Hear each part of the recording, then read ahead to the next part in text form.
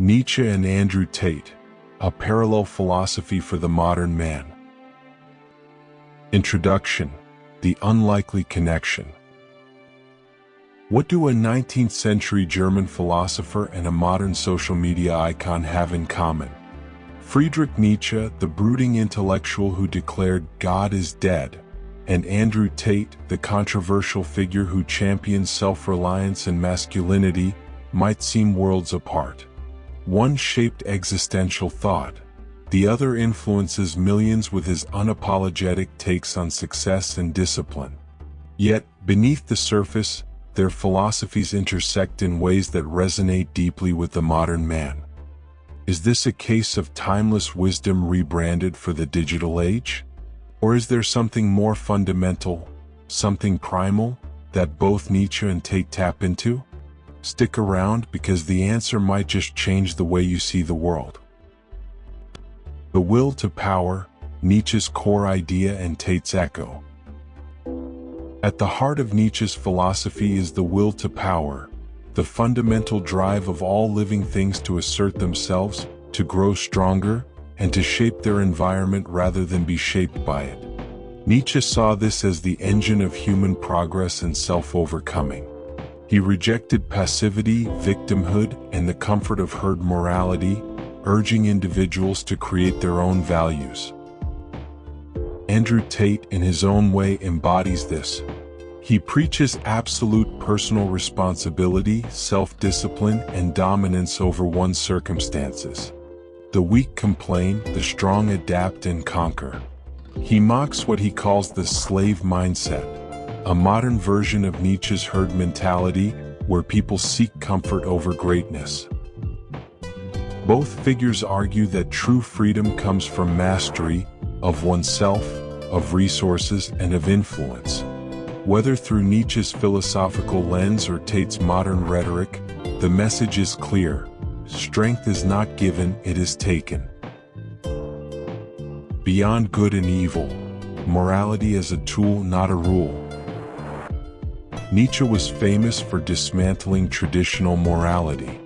He saw Christian morality as a tool of control, one that glorified weakness and submission while demonizing ambition and power. To him, the highest calling was to transcend conventional notions of good and evil and forge a personal code of ethics based on strength and authenticity. Tate takes a strikingly similar stance, albeit with less nuance. He criticizes societal norms that, in his view, weaken men, pushing them toward guilt, obedience, and self-sacrifice. He encourages men to reject imposed ideals and instead define success on their own terms. Both figures challenge the listener. Are your values truly your own, or have they been placed upon you by a system that benefits from your compliance? The idea that morality is not fixed but is a game of power unsettles many, but it also empowers those willing to step outside the script. The Übermensch and the modern alpha male.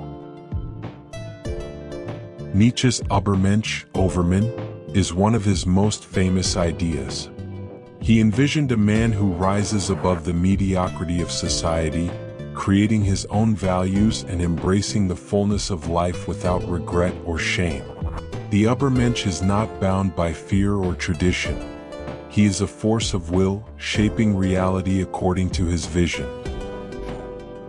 Tate, in many ways, sells a version of this idea to his followers.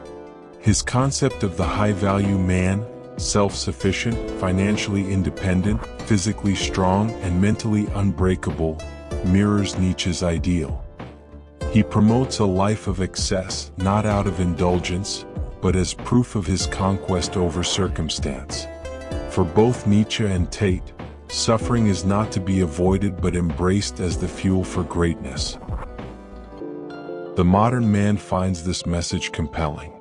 In a world that often tells him to play small, to apologize for his ambition, and to fit in, this philosophy offers something electrifying: permission to strive for more. The pitfalls, the danger of misinterpretation. However, both Nietzsche and Tate have been misunderstood and misapplied. Nietzsche's ideas were twisted into doctrines of supremacy, despite his warnings against dogmatism. His critique of herd morality was never meant to justify cruelty. It was a call for individuals to take responsibility for their own meaning. Similarly, Tate's philosophy, in the hands of the wrong people, can turn into justification for arrogance rather than self-improvement. The danger lies in mistaking external dominance for internal mastery. Nietzsche warned of the last man, those who seek comfort above all else. Tate warns of weak men. But there is a crucial distinction. Strength should not be an excuse for ego, but a tool for creation. What can we learn? So, what can the modern man take from these philosophies? The core lessons are surprisingly simple. Self-mastery is key. Strength, intelligence, and willpower determine your freedom. Complaining is useless. Action is everything. Challenge given truths. Do not accept societal norms at face value. Question them, deconstruct them, and build your own philosophy. Suffering is a path, not an obstacle.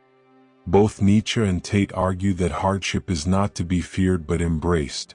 It is through struggle that we grow.